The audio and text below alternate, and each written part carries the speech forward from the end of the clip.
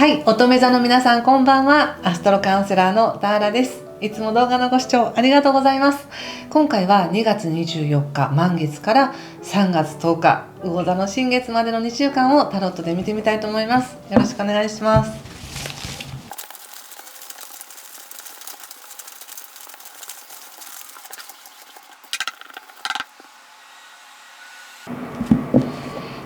はい、じゃあ一緒に見てみましょう。ジャスティス逆、カップキング逆、ワンド10、ソード3逆、ワンドナイト、ワンドページ逆、ペンタクス6、気をつけることは対策はワンド9逆とペンタクス5と、オラクルはソード9です。リラックスって感じですね。はい。仕方ないですね。これはなぜならば2月24日乙女座で起こる満月なので、乙女座さん一番ね精神にキーってきやすいんですね。キーっていうのはよく言うとものすごく自分の感情をコントロールするのがうまくて、今絶好調にノリに乗ってますっていう方はものすごい幸福感を感じられたりとか、高揚感とかですね、エキサイティングな感じを感じられる方もいらっしゃると思いますし、またはあんまりちょっと自信がないんだとか、ちょっと心配事があるんだっていう方は、その心配事がまるでものすごく大きな心配のように感じやすいっていうことなんですね。なので今乙女座の皆さんって特にこの時期パートナーシップっていうところに光も当たってますし、日常をどんな風に作っていくか、自分の健康だったりとか仕事に対してものすごいエネルギーを注ぐよみたいな時なんですけど、それだけね人に対しても気を使う機会も増えるし、仕事に対してもこんなにやりたいんだみたいな思いがあったりとかすると、どうしてもいろんな多岐にわたって神経を使わなければいけないので、この満月の時ってどうしても神経過敏になりやすいんですね。で特に今この2月24日って乙女座で起こる満月なので、すごくその自分自身が考えすぎてしんどいとか精神的にいっぱいいっぱいになりやすい時なんだというのがカードで現れてるだけです。これは星で見てもそうなんですけど、カードで見てやっぱりそうなんだみたいな感じです。ただこれはカードは見た瞬間もしくは行動を変えた瞬間からいつでも変えられますので、ちょっと対策見ていきたいと思います。まず大前提としてオラクルにこのカードが出るっていうのは、やはりちょっと神経が疲れていたりとか、本来のね自分の朗らかさとかいいところとか、人に対していろいろやってあげられるよとか、そういうのを自分で忘れていませんかみたいな。本来自分ってもっと輝かしい愛らしくて輝かしくて素敵な人ですよねって、それを自分で見失っていませんかっていうのが、この2週間のメッセージです。まずね。でなぜなのかって言ったら、やはり物事をうまくやろうとコントロールしようとしすぎて、だんだん訳が分からなくなってきたみたいな感じがあります。どっちにもいい顔してるうちにだんだんどっちがいいのか分からなくなってきたみたいなことよくありますよね。そんな感じで他者から引っ張られてるエネルギー、もしくは他者に応えてあげたエネルギー、そういったものに頑張りすぎて応えようとしすぎて、ちょっとだけ疲れてるかなって感じです。これは何も自分のキャパが少ないから疲れてるとかじゃなくて、誰しもが陥ることなので、優しいがゆえにねやってしまうとかもあるでしょうし、人が困ってるんだったらじゃあ私がって引き受けて、自分もめちゃくちゃしんどかったみたいなこともあるかもしれないですし、優しさゆえにって感じが出てますね。別に誰かが誰かを犠牲にしてやろうみたいな策略的なものじゃなく、本当にみんな困っていて、人が足りなくてとか、その上でじゃあってやったところ、やっぱりみんなが疲れたねみたいな感じかもしれません。なのでまずは本当にここまで一生懸命やった頑張ったんだっていう自分を本当によしよししてあげてほしいんですね。頑張ったねって言ってあげてほしいんですね。でそうすることによって、そんなに頑張ってるんだから結果がどうであれ状況がどうであれ、決して自分のことを責める必要なんか何にもないんだよっていうことを自分に言ってあげてほしいんですね。これ誰も責めてないのに自分で自分を卑下してたりとか、私ってダメだわみたいな感じで思う時によく出てくるカードなので、誰も責めてません。自分がそう思ってるだけかもしれない。その上ででもまた頑張るみたいな感じで、どんだけ頑張れるんでしょうね。でも頑張るって言ってまた休んだら、じゃあやるよっていう形で、今すごいその底抜けのバイタリティみたいなものが日常生活の中に入っているので、それは使おうと思ったら使えますね。なので十分休んだなとか、最初に言ったように、いや今めちゃくちゃいい状態ですと、もうめちゃくちゃ興奮してますとかっていう方はもうふんだんにどうぞ動いてくださいっていう感じで、ちょっと疲れてたなっていう方はしっかりと休んで、自分の良さっていうのを思い出してからフレッシュに何かやろうと思うならやってください。ただいきなり走り切るとかですね、もう絶対死んで倒れてもやるっていうよりは、ちょっと慎重に、ちょっとゆっくりめでも大丈夫ですよって感じ。最初に思ってた目標地点とかこれぐらいはって思ってたら、その半分以下でもいいよみたいな感じ。例えば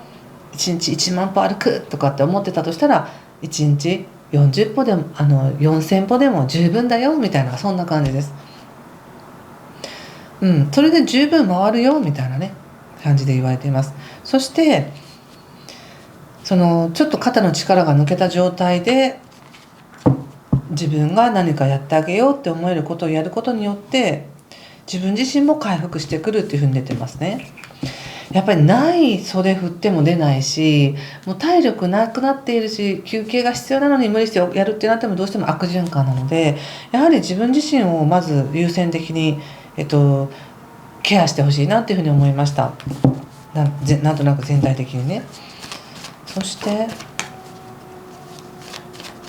ちょっと対策見てみましょうか。ちょっと待ってください。ちょっとやっぱりこっちを見ます。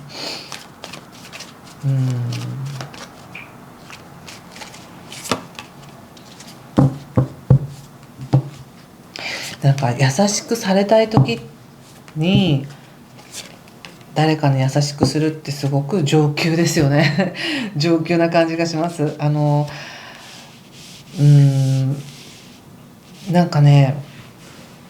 ここでも出てるんですけど、優しさゆえに自分が誰かのためにやってるっていうことも多々あるんだろうなと思うし、でも本当は乙女座の皆さんが誰かに優しくされたいんだなって感じがするんですね。なので優しくしてあげたいとか手を出してあげたいと思ってる人いるんだけど、だから出しようがないみたいなね、全部一人でやっちゃって頑張ってるから、どこをどう手伝っていいか分かんないっていう感じかもしれません。本当はまるでね、バラの花束をあげたいぐらい頑張ってますねとか手伝いたいですっていう人はいるよって感じがする。でもどうやって手を出していいか分かんないって感じがするんですよね。でもう一つジャッジメントとカップの3ということで、ようやく自分が自分らしくあれる、このままでいいんだって思える自分になれるとか、何か願っていたことが叶うとか、それをみんなで楽しんでる、やったって言ってるっていうのがっていうカードも出ているので、これまで頑張った功績みたいなのはね、ちゃんと報われるんだなっていうふうに思いました。ただ助けたい人がいるのであれば頼ってもいいなって思いましたね。もしかしてこの仕事を誰かにお願いできないでしょうかとか言ってみたら、もしかしたらやってくれる人がいるのかもしれないですね。そしてちょっとオラクルね、やっぱりワンドキングとワンド6とカップ10。なるほど。ワンドキングといってもやっぱり自分が望む理想の自己像、特に仕事をしている人と仕事をしている人間としてこういう人間でありたいみたいなものがあり、でこういう人間であることによって人はついてくるんだとか、部下はついてくるんだとか、人からも認められるんだみたいな、そういう思いがあってものすごく頑張ってますって感じが出てます。でその今頑張ることによって将来安泰なんだみたいな、自分にそう言い聞かせて頑張ってるんだなと思うんですけど、今この瞬間の乙女座さんがそうあってほしい、幸せでいてほしいっていうか、今この瞬間の乙女座さんが将来安泰ではなく、今安泰ですよ、今十分やってますよ、今十分認められてますよっていうことに気づける余裕の状態でいてほしいって感じかな。これね、実は本当に想像でしかないんですよ。現実じゃないんですよね。自分がそう思ってるってことなんで、おそらくちょっと